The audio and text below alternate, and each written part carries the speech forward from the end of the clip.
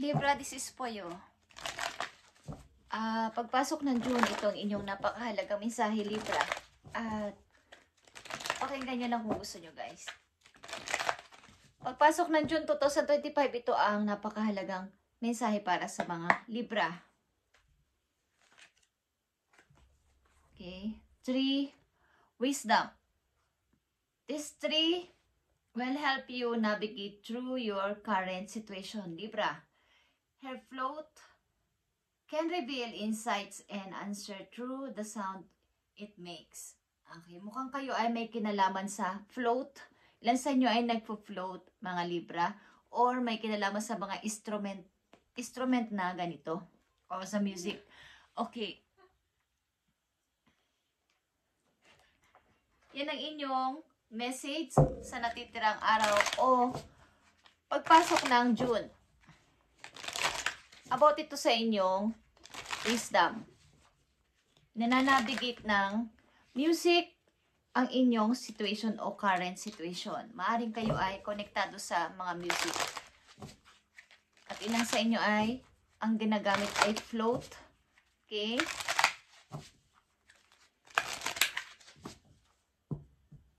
Sa mga Libra na bibigyan ng message today sa pagpasok ng June 2025, ito ang mahalagang message for you.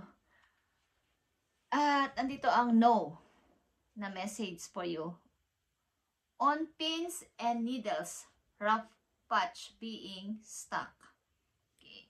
Iwasan yung kayo ay ma-stuck sa isang situation na alam ninyong nasasaktan na kayo ay hindi pa rin kayo umaalis sa isang sitwasyon na to. Guys, iwasan ninyo kayo ay ma-stuck at masaktan. Halimbawa, ito ay sa loob ng trabaho ninyo, sa inyong pag-ibig, is pag nararamdaman nyo na kayo ay nasasaktan na at ito ay red flag na para sa inyo ay kayo ay umalis na sa sitwasyon na to. Sapagkat dadami at dadami ang tumutusok sa inyong mga needles. Ang ibig sabihin nito ay mga masasakit, mga nakakadurog ng puso na mga pangyayari sa buhay ninyo. Kayo ay dadagdag at dadagdag yung mga kirot na yun sa inyong heart.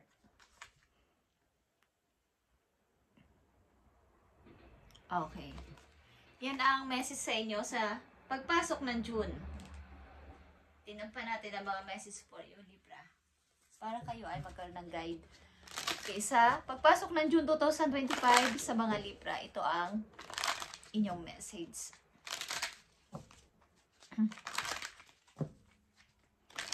Alam niyo naman ang pakaramdam kapag natutusok na mga pins o kaya ay na mga karayom. Talagang masakit. Okay? Tingnan natin ang message pa para sa iyo, Libra. Pagpasok ng June 2025, shower of abundance is here. Okay, magsha-shower ang mga blessings sa iyo. Pagpasok ng June, ito ay magsisimula pagpasok ng June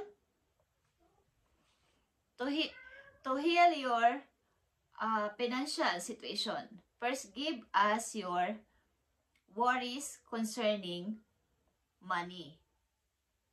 We will guide you in order to show you how to create and accept abundance.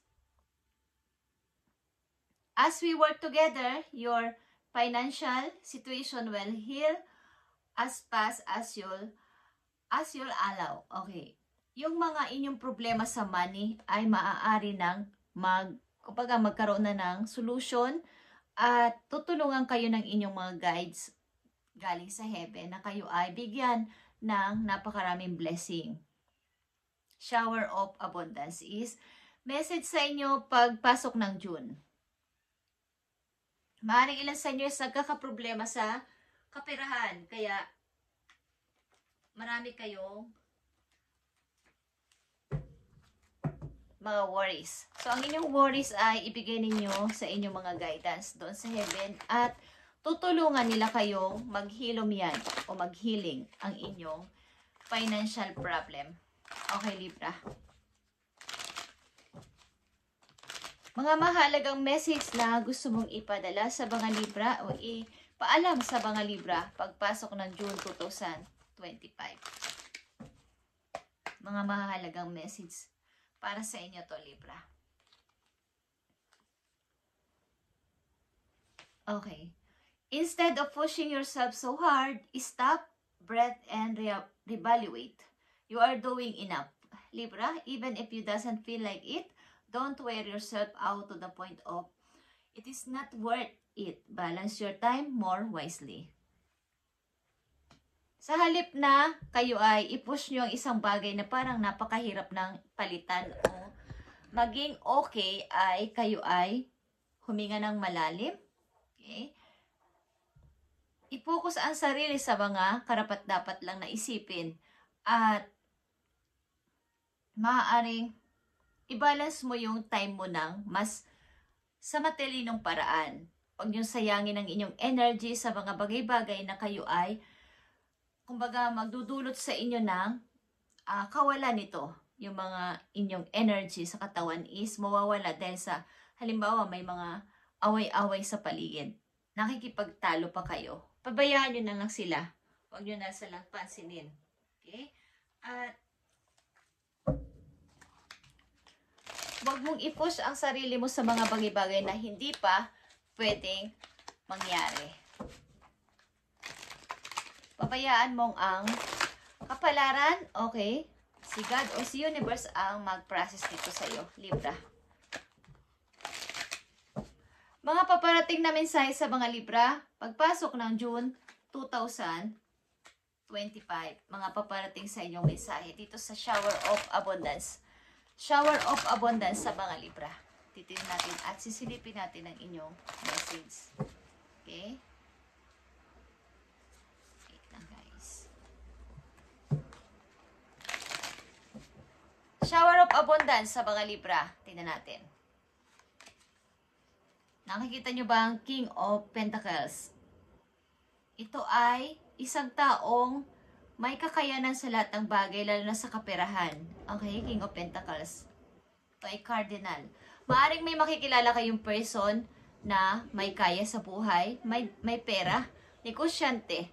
At ang taong ito ay napaka-loyal at napaka-grounded. Okay? At maaaring may tutulong sa inyong tao na ganito. Maaaring isa itong magiging instrument sa pagkaroon nyo ng kumbaga yung mga blessing ay paparating sa inyo, Libra. Sa pamamagitan ng tao na to. Or isa na kayong, okay, Six of Swords is here. King of Pentacles and Six of Swords. Sa mga Libra, maaring kayo ay may gustong samahan na person. Kasamang person na to. Andito ang death. Okay, ito ay rebirth, guys. Pagpapasimula with him, kasama ang taon na to with her, okay, ano man ang inyong kasarian. At Shower of Abundance pa. Okay, Page of Wands, guys. Ito ay may kinalaman sa inyong mga gusto sa buhay at mga plano sa buhay na talaga namang dinidesign ng inyong puso at walang ibang makakapigil nito. Halimbawa sa pagtugtog ninyo, kung kayo ay talagang mahilig sa mga music, sapagkat ang unang message sa inyo ay 3 Wisdom. Ito ay may kinalaman sa float. Pagtugtog ng gamit ang float.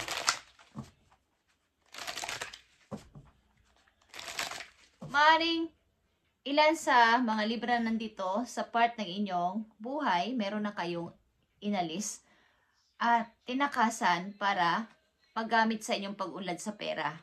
King of Pentacles. At sundin ang binubulong ng inyong puso dito sa inyong gusto na to, na walang makakapigil sino man. Kaya ito ay pagtaas sa money. May iiwan kayo dito ng isang sitwasyon na alam ninyo na nagpapahirap sa inyo sa pagkakaroon ng freedom sa kapirahan. Tingnan natin. Shower of Abundance sa mga Libra. Okay. Balak pa ninyo talaga o plano nyo pang mag-aral, something na may i-master kayo sa pag-aaral ninyo. Yung parang mas mag-upgrade pang inyong nalalaman. About ito sa inyong gustong mangyari sa inyong buhay mismo na walang makakapigil. Dahil ito yung desire ko, dinidesire ng heart ko. Okay? Ito yung way ko para dumami yung aking money. Tumaas pa ang kaalaman ko magkaroon pa ako ng mas maraming kaalaman. Learning pa. Seven of Pentacles, guys. Makapag-ipon hanggang sa ako ay tumanda. Makapag-invest.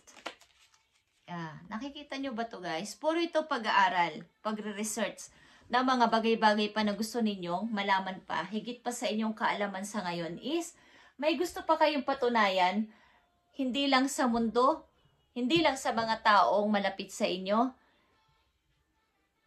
para sa inyong sarili. May gusto kayong patunayan sa inyong sarili na kaya ko pa. Kaya ko pang mag-aral, kaya ko pang magsaliksik ng ganito, ganyan. Para makapag-ipon ako sa aking, hanggang sa aking pagtanda. Maring kayo nasa 20s, 30s pa lang ang edad, ang librang nandito sa reading.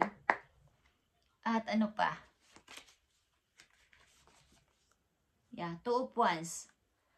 May pamimili dito, guys, two-way o two-path ng buhay. Dahil ito yung inyong gusto. Parang gusto nyo nang lumayo sa nakakarami na nagbibigay sa inyo ng pagpigil o napipigilan ng inyong pangarap pa. Parang gusto nyo pang mag-aral, something learning pa at mag-training. Ilan sa libra nandito, magti-training pa kayo. Bukod sa inyong pinag-aralan, hindi ko alam kung kayo tapos na ng sa inyong degree. At may gusto pa kayong patunayan na gusto ko pang pag-aralan ang ganito, ganyan, o something i-master pa to para talagang maging professional ako. Bukod pa sa aking napag-aralan pa dati. Gusto ko pa ulit mag-training. Okay, gusto ko pa ulit may malaman pa. Maaring mas pinupursige nyo yung about sa kung kayo ay mahilig talaga sa mga instrument, sa mga music, is gusto nyo pa itong mapa baga mamaster pa ng maayos. At nandito din ang Two of Wands. Maring ilan din sa inyo yung iisip na lumipat ng lugar o ng trabaho. Tingnan natin. Mga paparating pa sa inyong message. Sa mga Libra, pagdating o pagpasok ng June.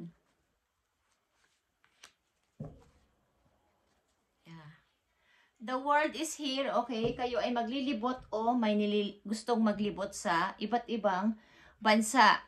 O may mga gusto talaga kayong pag-aralan pa, something. Malakas dito ang pag-aaral. Paparating na message pagdating ng pagpasok ng June, guys. Iwasan ninyo na kayo ay madiling sa third party or sa isang relasyon na bawal. Okay? Yung alam nyo na, sinasabi ko na red flag, na kayo ay nasasaktan na nandun pa din kayo sa sitwasyon na yon. Page of Pentacles is here. May gusto sa inyo mag-alok ng isang opportunity. Pero pinag-iisipan nyo pa. Guys, nakikita nyo ba ang Seven of Pentacles? Ang ilan sa inyong Libra na nandito ay may mga ipon na kahit papano sa bangko o sa sarili ninyo. Baga nagsisave talaga kayo ng money para sa inyong future. At nagbabala kayo o gusto nyo magtayo ng negosyo. Okay? Libra?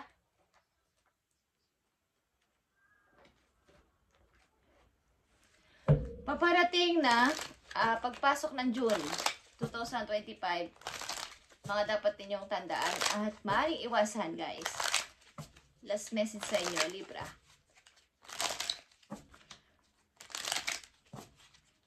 Magaan ang pagdating ng inyong money, guys, o gagaan ang pagdating ng inyong money at magkakaroon ito ng paghihilom. Something na magkakaroon ng katuparan na maalis na yung mga utang ko o kaya ay magkaroon na ako ng kalayaan sa pera. Shower of abundance is here sapagkat ang ilan sa inyong nandito ay pinipilit na mapataas pa yung inyong degree. Hindi lang ako dito nagtatapos o magtatapos. Kailangan ko pa itong mag-research pa ako. Maghanap pa ako ng mga kakaiba na bukod sa aking pinag-aralan. Tingnan natin, Libra. Mga dapat ninyong malaman pa o ingatan o iwasan. Nandito ang number 52, Libra. The shepherd indicates an intense love of life and strong fellow feelings. Ito ay Page of Sword. Tungkol din ito sa isang pagsunod at pamumuno. Something na kayo ay talagang mayroong gustong maabot pa, i-research pa, at matutunan pa bukod sa inyong natapusan o pinagtapusan na degree. Gusto nyo pa itong mag-level up sa mga Libra nandito at papasimulan nyo to. Gusto nyo hindi lang kayo basta nandoon. Halimbawa is kayo ay sa isang company ay tagasunod lang. Gusto nyo kayo ay sa inyong mga next year o sa mga susunod na taon, kayo naman ang mayroong tagasunod. Gusto nyo kayo yung katulad ng isang taong aalaga o nagpapastol ng mga tupa. Susundin kayo ng mga tao na to na susunod sa inyo. Okay? Yung mga magfa-follow sa inyo, susunod sila sa inyo sapagkat alam nilang magaling kayong leader, magaling kayong pinuno. Okay, Libra. Ito ang message sa inyo sa pagpasok ng June is, nakikita ko dito ay, iwasan nyo lang na kayo ay ma-stuck o doon na mag-stay sa isang relasyon na kayo ay nasasaktan na at nahihirapan. At maaaring kung kayo may plano dito is ipagpatuloy lang nyo. Mukhang kayo marami ng ipon o balak mag-ipon ng money para sa pagpapatayo ng negosyo, ituloy ninyo. At ang mga hindi pa pwedeng mangyari at napakahirap pa na mga sitwasyon o nangyayari sa inyong buhay sa ngayon, huwag niyong ipilit muna. May timing ito sa nadarating para ito ay matupad. At ikaw kasi yung tao na gusto mo ay pag naumpisahan mo ay matapos mo ng perpekto. At ayaw mo nung may masabi ang kapwa mo sa'yo. Pero this time, you are doing enough. Kaya wag mo na ito masyadong pansinin sapagkat alam ng mga nasa paligid mong involved sa buhay mo na ginawa mo naman ang best mo. Okay? Sa kalagayan ninyo. Ano man ang inyong sitwasyon. Libra, thank you and God bless sa inyo lahat, guys. At ito ang mahalagang message. Pagpasok ng June is magkakaroon ka ng kapahingahan na sa pag-unti-unti mo nang mababayaran ang kung ano man ang mga pagkukulang mo sa pera. Kung kayo may mga nautangan or makakapag-invest na kayo, makakapag-ipon na sapagkat may dito ang shower of abundance na ibibigay sa inyo ng langit para sa inyo. Okay? Thank you and God bless, Libra.